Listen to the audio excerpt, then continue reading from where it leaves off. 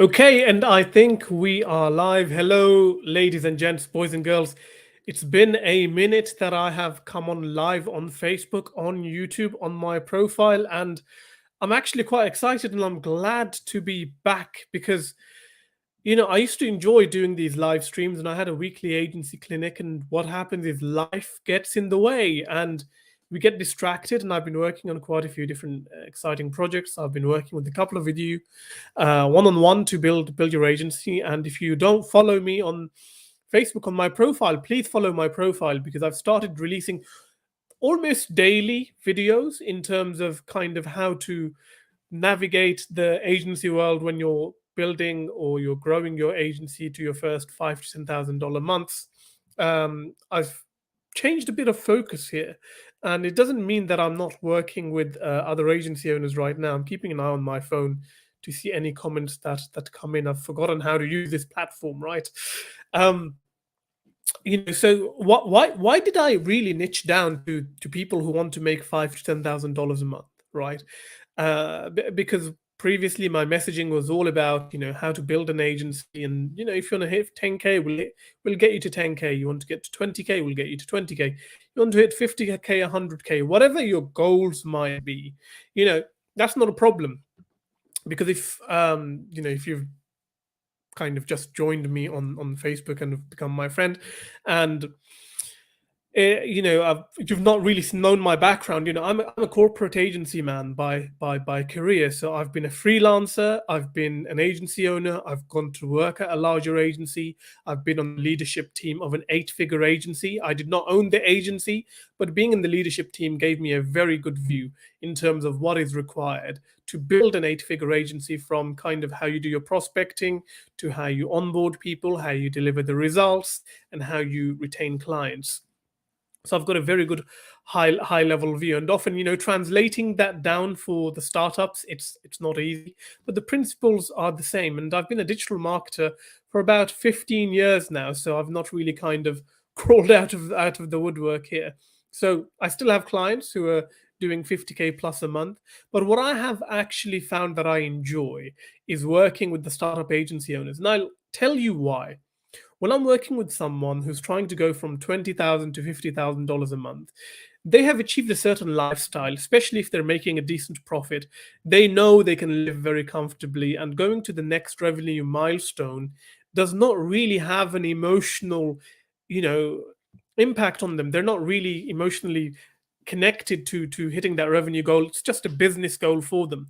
Whereas when you can show someone who is in a job and they want to be an entrepreneur and start their own business, that actually you can get to $5,000 to $10,000 and do that consistently, and you can replace your salary from the job that you hate, and you can start making a bit of bank so that you can put some money away for the future, for your children, or whatever the case might be. And you can still live kind of a very comfortable life. If you are making $10,000 a month net, trust me, you can be quite comfortable. I'm not talking about driving around in Lamborghinis and flying around in private jets, but even if you look into flying private jets, right, you'll often find that it's a lot cheaper to kind of rent one out and go on an empty leg of a trip. That's something on my bucket list, actually, getting on a private jet, going from one place to another, but I'm going to pay only like $4,000 or $5,000 for that one seat one way, which is a lot more affordable than leasing a whole jet. Anyhow, so hopefully that gives you some context, because I've not really come live and talked about why I've made this shift and I'm working with people at the startup stage. But I want impact. I want to reach people. I want to change their lives. The moment you show someone they can make money online or from home, and they don't need to wake up and do a commute and go for a job, trust me, that is the best feeling ever, because that's when they see the possibility of what is actually possible and achievable. Up until that point, up until they've signed their first client and they've made a bit of money, it's all a pipe dream. It's like, it's working for other people. Will it work for me? Will I be able to get the same level of success as other people? So I'm hoping, that hey Khalil, how you doing? Hope you're doing well.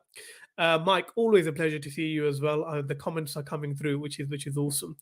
So I'm going to give it a shot and see whether working with startup agency owners is fruitful from a fulfillment perspective for me, as well as being able to help some of you guys. Because here's the danger, and I'll tell you, this is the same danger you're going to face when you work with business owners who are one man bands or they're in their first year of business. A lot of people, they're just dabbling, they're not serious. Okay, so because they're not serious, you don't know if they're going to be in the business long enough to be able to pay you or even kind of to retain you as a client. Because the trick here is not to keep on signing new clients. The trick is to sign a handful of great clients who you can retain for a long time. Trust me, it's a lot cheaper to keep people happy and have them paying you month on month over the course of a year. I mean, I work with a couple of agency owners where they have a retention rate of 90% plus over 1 or 2 years. So yeah, Khalil's got a question in there. We'll jump on that if you wanna. If you retainer, absolutely. The profit is in the retainer. The profit is always in the retainer, and that's because people can spend money on the acquisition side, right? You can put money on ads to acquire a client. You can put money in hiring a salesperson or an appointment setter, and you might pay them a base salary plus a on a commission only basis. But where does your profit come in? Your profit comes in when they're sticking around for month 2, 3, 4, and you don't have that acquisition cost, right? Jeff Bezos, the owner of Amazon, what did he say when he was asked about his retail strategy? He said other people's margins, their profit margin, is his opportunity, because he was happy to actually get new customers and break even, because he knew people are going to come back and they're going to keep on buying and buying and other stuff. So he started off selling books and then ebooks and then music CDs, for those of you who are old enough to have used a CD at some point. And then they started home appliances and whatnot, because the guy or the girl buying a book, they will obviously need some other form of entertainment that is not just reading. So you've got the music stuff coming in there, and then you've got well, these people probably have a home, so they need home appliances, right? So let's start with the kitchen and the TV, and now they sell all sorts of stuff. But his primary strategy was acquiring customers at break even, because he knew the profit was in retaining customers. And this is the same for you if you're starting an agency. Well, I'm glad this makes sense for you, Khalil, which is why a lot of focus by a lot of these big corporates is on the acquisition side. How much can they discount up front? That is called market penetration. When you're trying to penetrate a new market, you introduce an offer, because once you get people hooked, right, you can up your price in 3 months or after a free trial. And because they're hooked, they're not going to cancel. In fact, most people forget to cancel all of the monthly payments going out of their bank account. It's just one of those things. Thank you, Mike. Thank you very much for your kind comments. So what we're here to discuss today is how to start a marketing agency, and this is for you guys who are not doing $10,000 a month in agency revenue consistently. If you've done it once and you've not done it twice, that doesn't really count. And if you're doing more than that and you're a current or a former client, you're welcome to hang about, because I want to come on, I want to have a bit of fun. I want to have a chit chat with those of you who are commenting, or if you're going to kind of comment later in the replay, I'll come back and I'll respond to you, right? So for those of you who are just getting into the agency game, and by that I mean, either you've got a client or you don't have a client, but you don't have a system to consistently get clients, right? You don't have a system to consistently speak to people on the phone on a regular basis. This video and this live stream is for you guys, because often what I find is when someone tells me I can't sign a client, or how do I go about prospecting? I ask them about their processes. What process do you have in place? What does your prospecting plan look like? How often are you doing prospecting? Do you have a one-page marketing plan? Because a lot of people don't have a one-page marketing plan. They're making it up as they're going along. And honestly, you can't do it like that. If you had to put $100,000 or $200,000 down right? And you're going to borrow that money from the bank because you want to open a burger joint or whatever. And the bank is going to ask you for a business plan. They're not going to, if you're going to go in there and say, "Well, give me your money and let me wing it. Let me see if I can try and sell a couple of fried chicken strips and how far we go." No, no, no, no, no. They will want you to sit down, think about it. Talk to us about the location where you want to set up. What's the competition like there? Is demand for fried chicken growing in that area?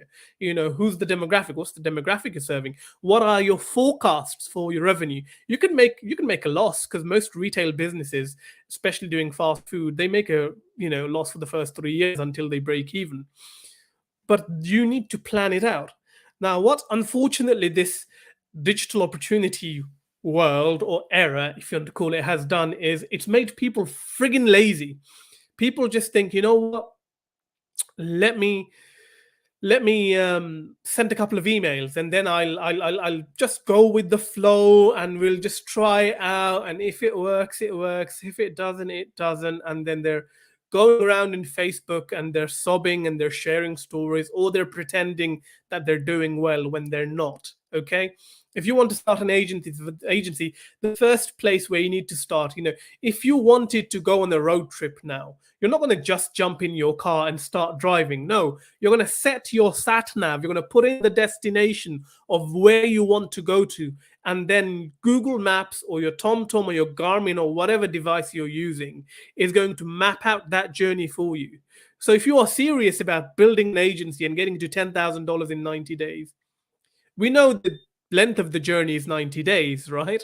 But what's your end destination? How much money do you really want to make, right? How much, do you want to get to $5,000 a month because you want to quit your job and then focus on this full time? Because the first step is always to replace your salary. Do you want to get to $10,000 a month? Some people can even get to $20,000 or $30,000 a month. Now, that is not common for most people. Those are the well networked people, those who have a bit of business or a bit of sales experience. They do well in this space because of the skills they bring to the table. And I'm going to come to the skills bit in a second. So the first mistake that you're making, or the first thing that you really need to do, is figure out what is your roadmap, okay, to the revenue goal that you want to hit over a 90-day period. That's your destination, okay? And then we're going to work out the route that you're going to take, because the route you take has to come down to what you're comfortable with doing. Okay, you don't want an uphill drive if you're not a good driver. And this is what I see with a lot of people. They hate cold emailing and doing tedious tasks, yet all they focus their time is on cold emailing. Now, if that manual labor is not for you, then what you need to do is delegate it and find someone who can do it for you.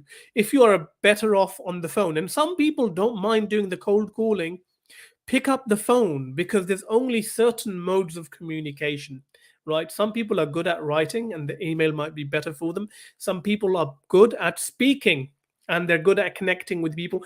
Others prefer face-to-face meetings, right? And you can book that through an email or through a phone call or whatever, or even a DM on social media. You need to play to your strengths, right? You can't follow someone else's roadmap. You can do it to a certain degree, but at some point you need to customize it to what is good for you. Now, coming back to, I'll answer your question in a second, Gabriel. Coming back to the skills point, I see a lot of people who want to start an agency and they have no skills. You bring nothing to the table, okay? You just want to make a bit of money. You've watched a video, and it could have been 6 years ago when everyone was jumping on the Tai Lopez bandwagon, because I think he coined the term SMMA, which stands for Social Media Marketing Agency. Nobody else was calling it that. People were calling it a digital marketing agency, or a social media agency, or even a marketing agency. So he turned this into a business opportunity. So a lot of you have been seeing ads about how to run your own agency and make 10, 20, 30K a month, and you're attracted by the money, okay? And the money is there for those of you who are brave enough to do the work and last, because most people in any business, they don't last. They just give up after the first couple of days. So the question that you need to ask yourself is, Are you willing to learn? Are you willing to pick up the skills to develop a marketing brain? Because a lot of people do not have a marketing brain. They just want to, hire contractors and all of that kind of stuff. And there's been plenty of courses, you know, there's been plenty of courses on the market that tell people, and I'm against it, and I've been soft about it, and I've really moderated my tone for a long time, but you know what? I don't care anymore. And these charlatans who are selling these courses saying, you know what, go and find a contractor, sign up a client, find a contractor to fulfill it without you even knowing how marketing works, without you developing your muscle here, your marketing muscle here. You go sign someone up.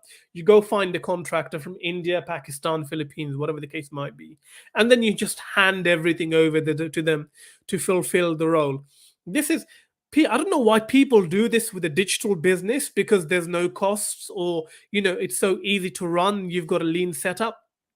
Because you would not do that with any other business. If you are a general contractor who is building homes for people, you would not go and sell a home to someone, a new home built to someone, if you had no idea how deep the foundations need to be dug, if you had no idea, how to hold a bricklayer to account, or an electrician to account, or if you didn't know if an electrician was a cowboy, or they were doing a proper job. Now, you don't need to be an expert, but you need to know enough to know that you're not being fobbed off, and you're not going to be essentially the contractor, the subcontractor that you bring on, they're not going to rip you off, because the impact that has is not just on you, but it also has it on your clients and your longevity in this business, right? If you go out and you hire a contractor without knowing what you're doing, and that contractor relationship does not work out, guess what's going to happen? You don't have a business anymore. So I always tell people, please go and pick up the skills, learn about marketing, and you don't need to spend a lot of time. Honestly, marketing is one of the easiest things to learn. What you need to be aware of is what sells, what gets people to click on an ad and buy something or fill up a form or whatever the case might be. A lot of people are good marketers naturally without having a degree in business or marketing or an MBA, okay? Because you need to do marketing from the day you are born, right? Whether you realize it or not. The first day that you go to school, you're marketing yourself as the kid who should not be bullied, who should be befriended by others, right? That's you doing some sort of marketing, because your brain comes up with the strategy of, how do I actually engage with people, and how do I influence them? How do I get buy-in from people? So if you don't have that capacity to think strategically as a marketer, you need to develop that skill set. Now, uh, so that's the majority of the market coming in. People who want to start an agency, they don't know what they're doing. They don't have any business acumen. They don't have commercial savvy. They don't know how to kind of, if you told them, give me a marketing idea, what's a good way to sell this product? They will just parrot what they're reading on Facebook or in a course. They will not be able to give you something rather original or something that is bespoke to you. Now, if that's you, I highly suggest you go and sharpen up your marketing skills. There's a ton of free resources out there. You've got Google's Digital Garage. You can go through all of the programs. They get certified. Spend a month there, because spending a month educating yourself is so much better than going through 6 months of pain of trying to learn on the job and then making a fool out of yourself, right? Because if you are dealing with a serious business owner who understands marketing, they will interrogate what you bring to the table. You're not going to be the first agency that's reached out to them, right? You're probably, someone that has got quite lucky to grab their attention somehow, and they want to see what you bring to the table. You're not going to be the first marketer to reach out to them, and some of these people are very clued on. Now, if you've not done your homework and you don't know how the marketing, you don't have a basic understanding of marketing, it just does not help you. It's really going to come back and bite you in the arse.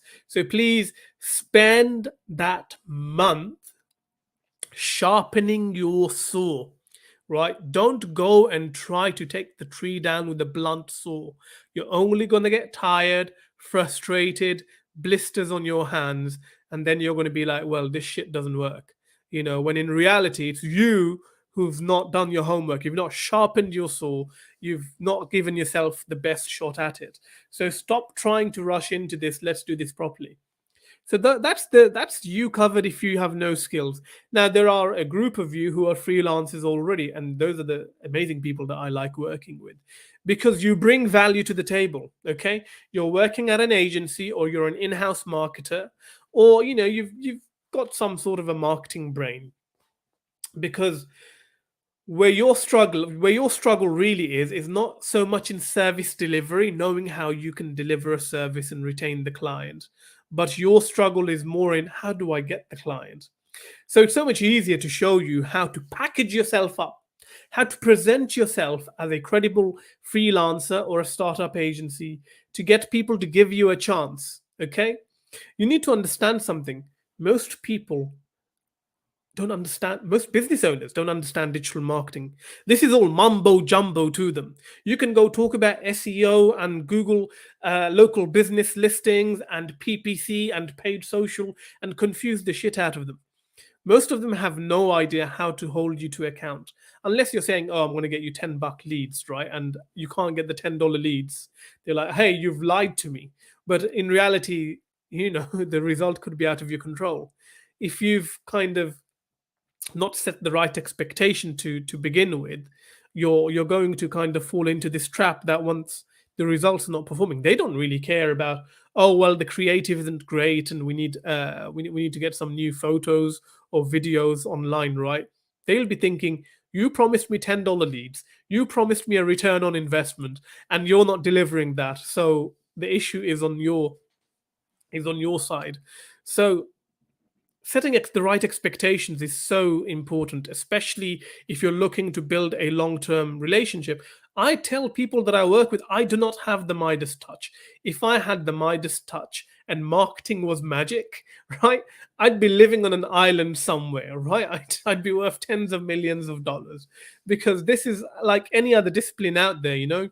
We put our best foot forward and we hope that what we're doing is enough for it to work. Okay, we're not doing any magic here. We can't create money out of thin air. And more importantly, if there's a business and you have signed them on as a client and they do not have their existing processes set up, like they can't convert leads because they don't know how to negotiate, or they have no follow-up series in their prospecting cycle, you can bring the horse to water, that is bringing leads to them.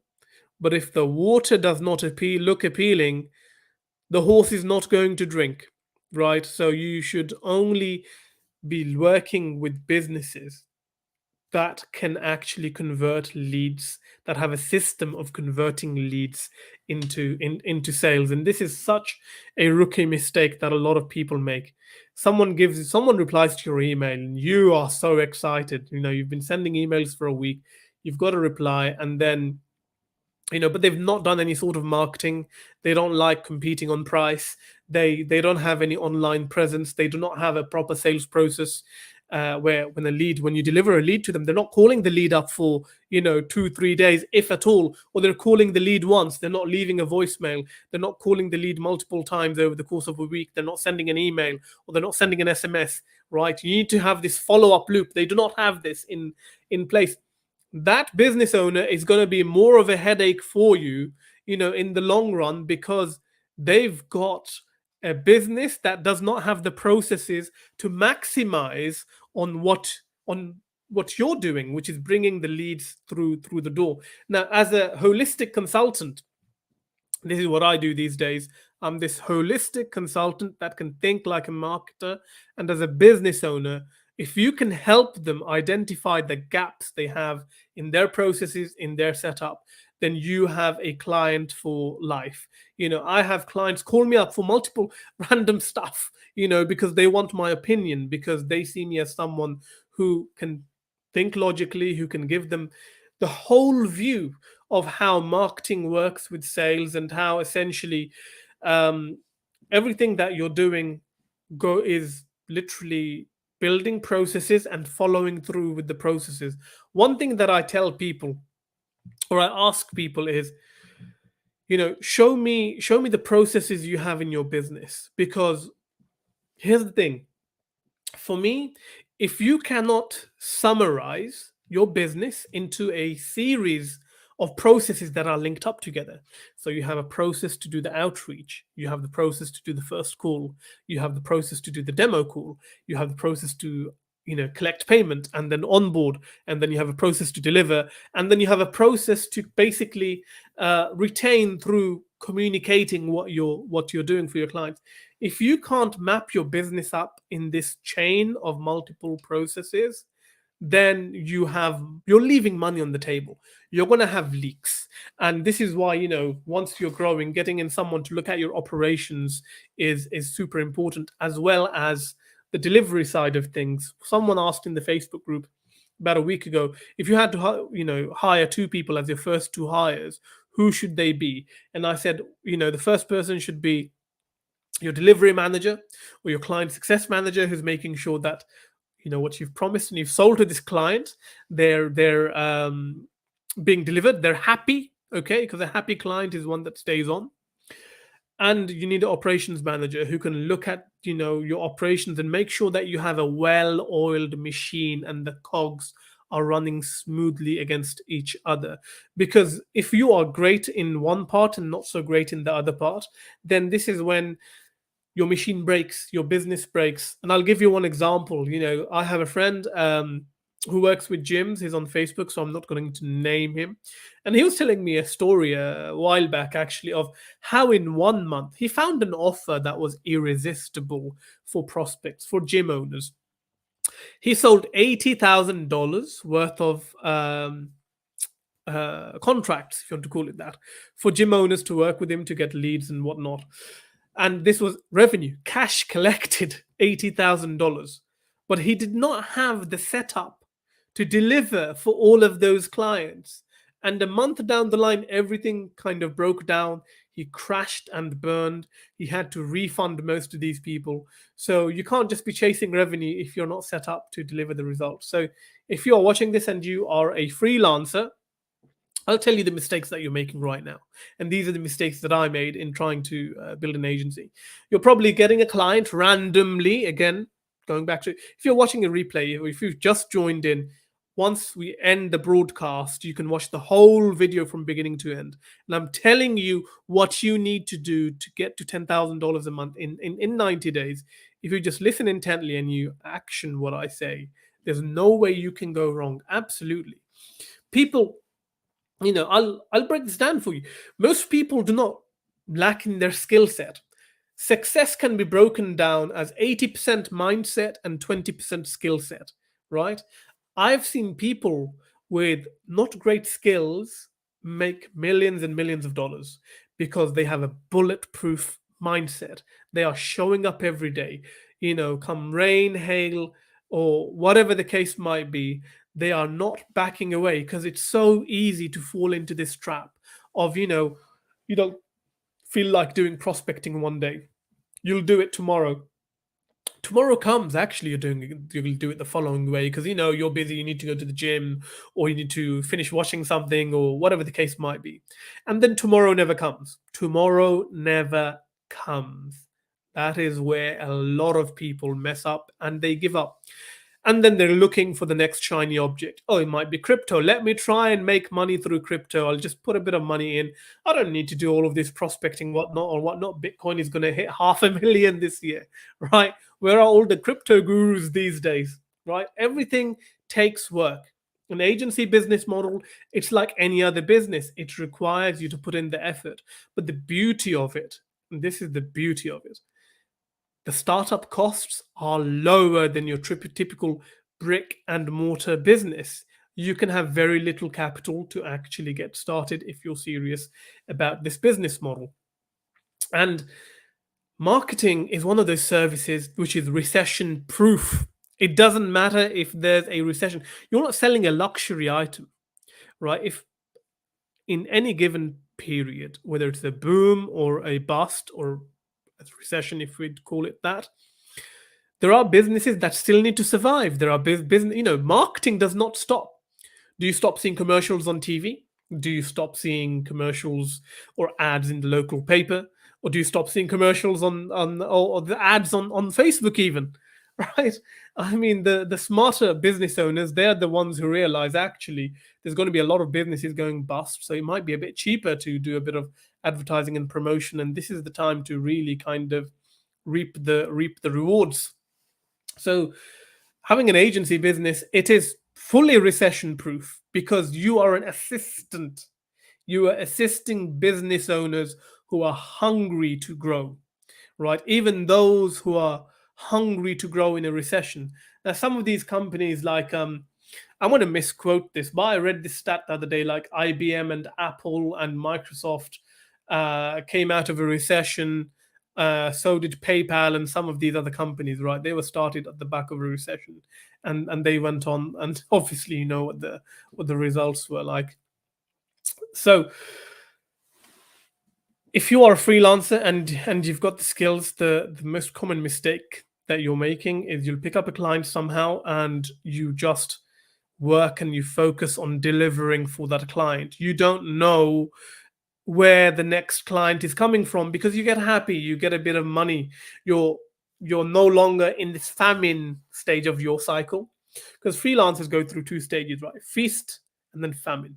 Feast and then famine, and they live in perpetual poverty because they're not doing any forward planning. Planning is preparing, right, to grab the next client. So when you have picked up a client as a freelancer, which you can also call yourself a startup agency owner if you like, a lot of people do. A lot of startup agencies are actually glorified freelancers. No shame in calling yourself that. You need to create a prospecting plan. So even when you have a client, what are you going to do to keep on having conversations with other business owners so that you have a pipeline of people who are going to close further down the line? They might not close this week, they might not close this month, but you keep an open conversation with them so that they buy when they are ready. Okay. And then the other issue that I see with freelancers is because there's only one of you, you might pick up a client or two, and then you're stuck. You don't have the capacity to deliver and you feel like you're burning out. And this is the advice I give to freelancers who are feeling like they're burning out or they're stuck at their capacity. Their capacity allows them to make $2,000 or $3,000 a month because they're working a set number of hours. What you need to do as a freelancer is actually onboard someone. Once you have hit a certain revenue level, and that's different for different people depending on where you are in the world. Once you, as a freelancer, you cover your cost of living, anything that you have on top, you should reinvest into the business and you should hire people who are working in the background, who are able to help you deliver. Okay. I'll give you an example. I worked with a girl from Sweden. Hopefully she's watching this. And I started working with her for a couple of months from January. She's a student and she was building out a social media agency and she wanted to do organic social media, so not running so much ad. She did run some ads for some clients and she did some email marketing, but what she was focusing on was the organic side. So she was creating a post every day, and obviously for that you need pictures, you need to think of an angle, you got to come up with so much of the creative stuff. And I told her, so the first month she worked with me, she signed 3 high ticket clients, and I told her this is what she actually got to do, because you're creating content. It's not rocket science, right? You're not doing any magic here. Find someone in India who is going to work with you exclusively for $250 a month. You're making 1,500 euros or 2,000 euros. I forgot what the number was. You're making 1,500 to 2,000 euros after the first month of working with me. Find someone in India for $250 who is going to create all of these posts for you. So all you need to do is create a plan of what the post should be for the client, and you give it to the designer to design them for you, and then they send it over to you and you schedule it. so that you are not bogged down by the delivery side of things, okay? Because when you get bogged down on the delivery side of things, you are putting a glass ceiling on yourself. Because if you've read the E-Myth by Michael Gerber, the biggest takeaway for any business owner is to grow your business. As a business owner, you need to work on the business, not in the business. So when you're working on the business, you work on your processes, you work on getting the right people in, okay, who are going to support you with the growth of your business. If you try to kind of, now when you're starting up, obviously you can you have to do everything. Okay, so you might do the prospecting, you might do the delivery, you might do the client communications, and that's fine if you're trying to bootstrap it and you're trying to work on a low budget. That's totally fine. Now, if someone comes to me and says, you know what, Abul, I've got $20,000 or pounds to invest in a digital marketing agency. I want to do this properly. I would give them totally different advice. This is for those of you who are just trying to do this on a shoestring budget. You know, here's a lesson here on how you get started and how you can scale your business to 10K a month as quickly as possible. So whether you are someone who needs to develop skills, so you're coming into the marketing space new, or you're a freelancer and you know how to deliver marketing results, your journeys are going to be slightly different. But if you fail to plan or if you fail to prepare, then prepare to fail, as they say. Most of the problems in startup agencies comes down to a lack of strategic planning. It's coming back to this example of, if you want to get to somewhere, you don't just get in your car and you start driving. You put the destination in Google Maps, and then it gives you that roadmap. And this is the first thing that I do with the clients that I work with, agency owners that I work with a one-on-one basis. So I'm not putting 20 people in one room and then just giving them a whole host of videos and saying, go watch the videos and get on with it. Everyone has their own blueprint. Everyone has their own roadmap.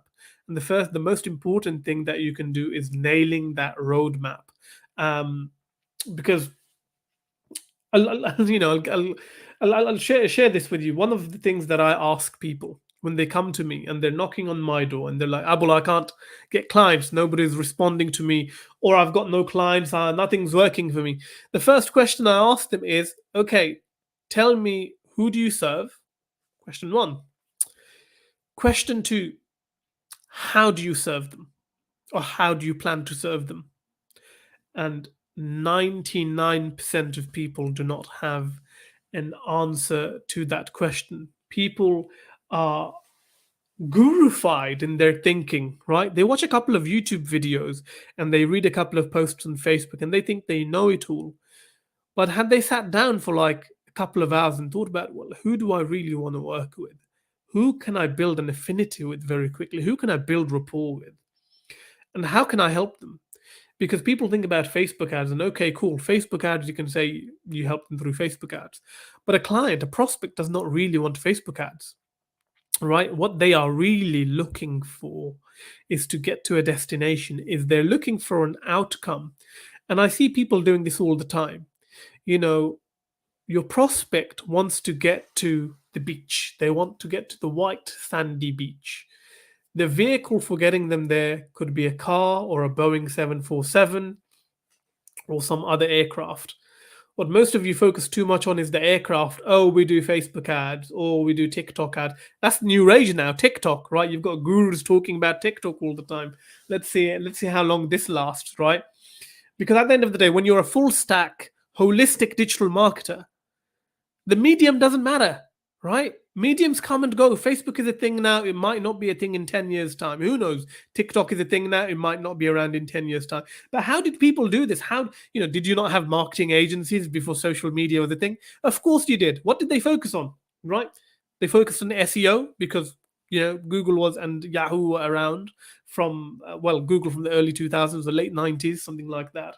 They focused on helping you create a good website because if you can drive traffic to your website and you had a good website, there's a good chance people are going to convert. They'd help you with your email marketing. They'd help you with your positioning. They'd help you with your branding. Agencies have been around for a very, very long time.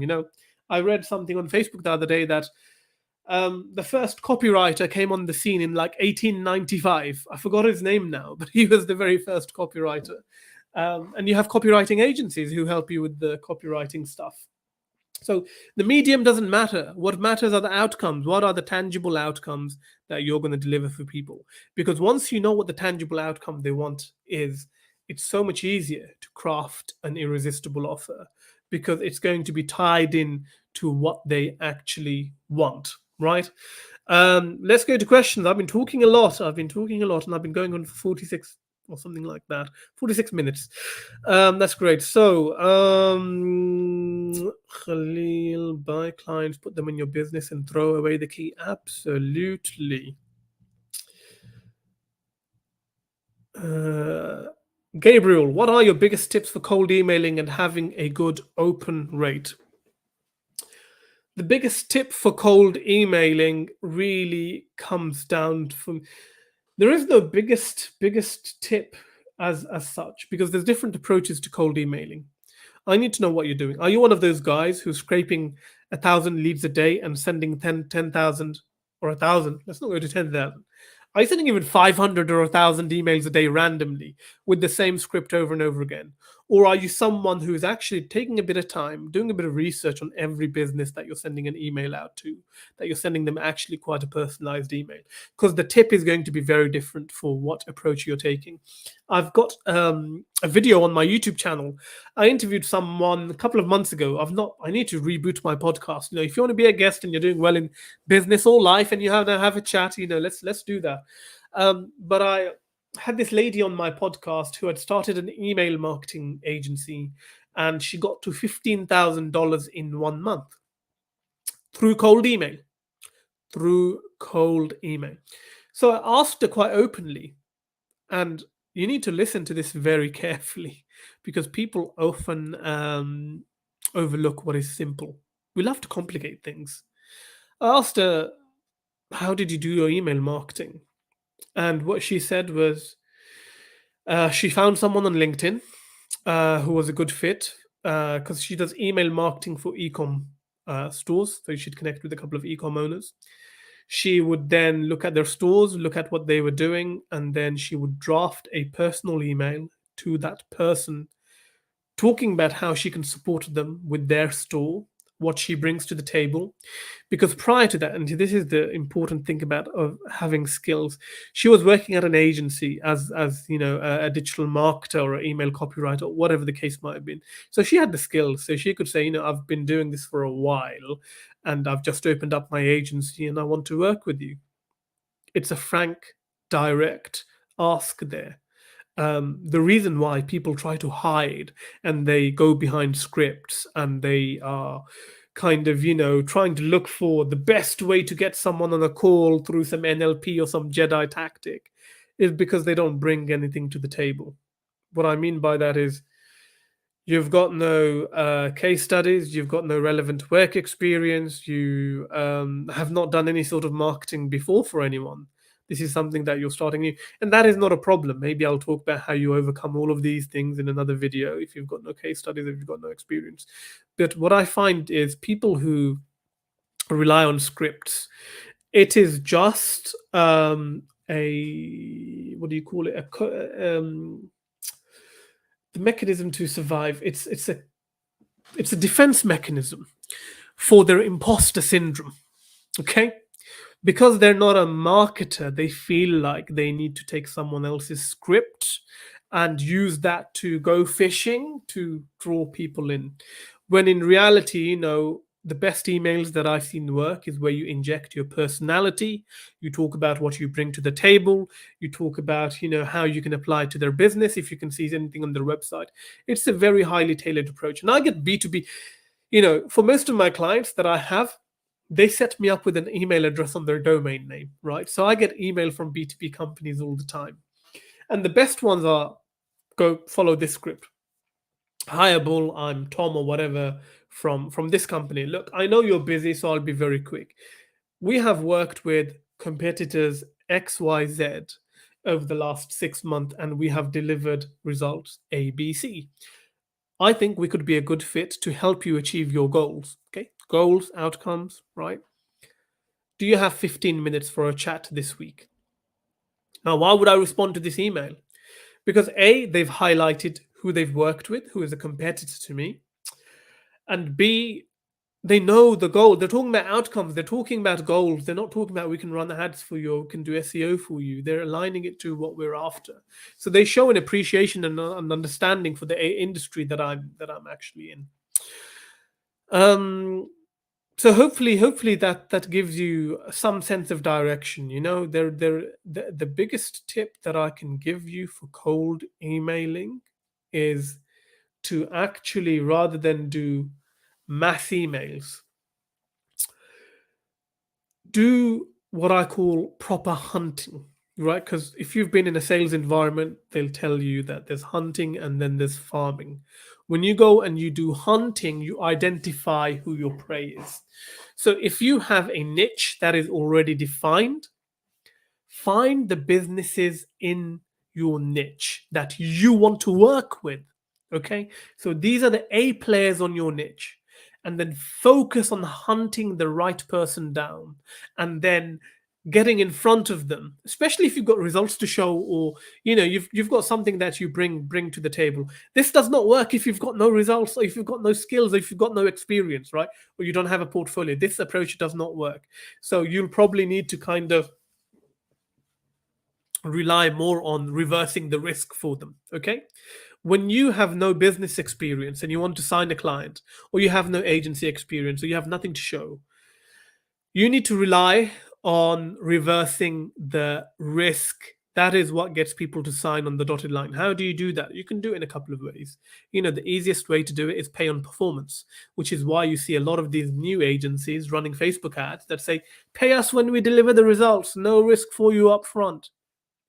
That's irresistible. If you come and say that to me, you tell me, you know what, if you're willing to put up $300 in ad spend, I'm going to create your funnel, create your ads, and run the ads for you, and then you'll only pay me when you're happy. Okay, $300, you know what, I can afford to lose that if I've got consistent revenue and I've got profit coming in. And it's a very small risk. So pay on performance, pay in 30 days, pay later, all of these things. Don't pay until you're happy. Pay on a certain ROI being met. You need to look at how you can, and this is different for different business owners. The standard, catch-all approach is to basically say pay on results. Now, some of you are way too hungry that you don't have this strategic mindset of actually, you know what, let me be down a little bit. Okay, sure, I'm not going to make any revenue in month one, maybe in month two, but I know if I can really get these people some results, then month three onwards, we're going to be eating lobster every night because that's when the revenue is going to come in for you. Which is why I try to avoid people who, especially those who want to work with me, and they're desperate for money, because for them, they can't think straight. They need to make their rent payment this month. I'd rather work with someone who has some sort of a rainy day fund, or they're in a job, right? They're getting a salary that meets their needs and their costs, that they're not going to be like, I got to make this work. I got to get the money, because if I don't get the money, the kids don't eat, the rent doesn't get paid, or I'm getting foreclosed on. And I'll share this story of there's this agency in the UK that have opened up in the US now. They're doing quite a lot of international expansion, and it's run by a lady and a guy. Well, the lady's in her mid-20s, guy's probably in his early or late or mid-30s, and she shared a post last year, which I shared with a couple of people in my inner circle. And this was absolutely fascinating, and it goes to show that you need to escape this whole system of guru or groupthink, right? So I know a lot of you have dropped off, so for those of you watching it, you're gonna appreciate this advice, and I appreciate you sticking around with me, right? So what she did, she identified all of these businesses that she wants to work with. And I'm talking about, these are premium brands that she wanted to work with. She had a history because she had worked at an agency herself. So she had the skills, so she could hold a conversation, right? Her business partner also worked at an agency as an SEO guy, so he could hold a conversation around SEO. So for them, it was really about getting in front of the right people in their target audience, that A players. So what she did, she got a bunch of sweets and candy and chocolate, put them, and she got a couple of these boxes where you put the candies in the box and then you put a combination code on them, right?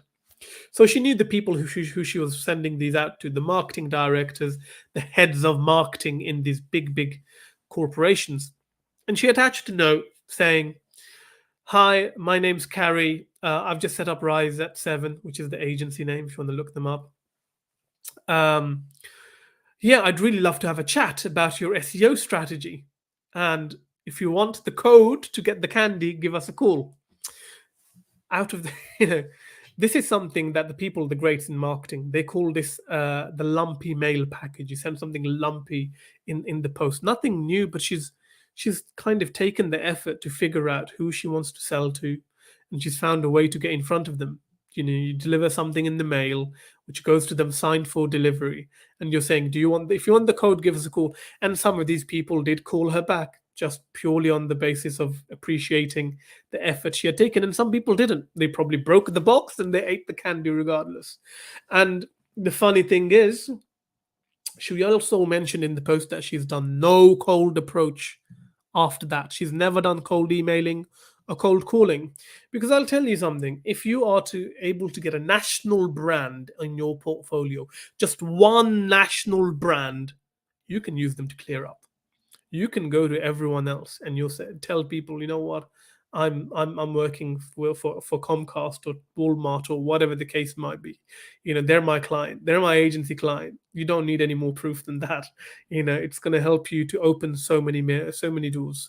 And then here's the thing: you can post about it on your website, get it ranked, and then you have inbound traffic based on the client that you're serving. So coming back to the questions, hopefully that's been useful, Gabriel.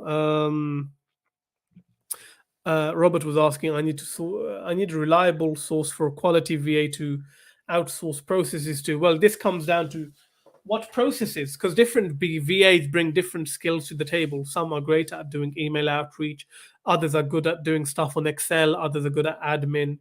What do your processes look like? Because if you really need to fix your processes, often you're not really looking for a VA. You're looking for someone with the ops background who you want to pay a VA rate, right? Let's be honest here.